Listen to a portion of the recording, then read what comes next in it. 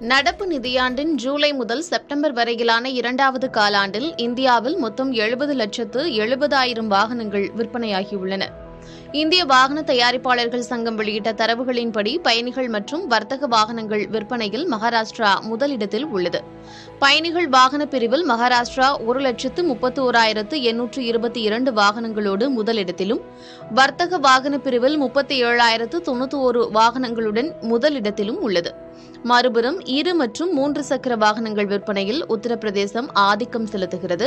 உத்தரப்பிரதேசத்தில் இரண்டாம் காலாண்டில் 6,92,869 இருசக்கர வாகனங்களும் 28,246 3 சக்கர வாகனங்களும் விற்பனையாகியுள்ளன. தமிழ்நாடு வர்த்தக வாகனங்கள் மற்றும் இருசக்கர வாகனங்கள் ஆகிய இரு பிரிவுகளிலும் இந்திய அளவில் 4வது இடத்தை பிடித்துள்ளது.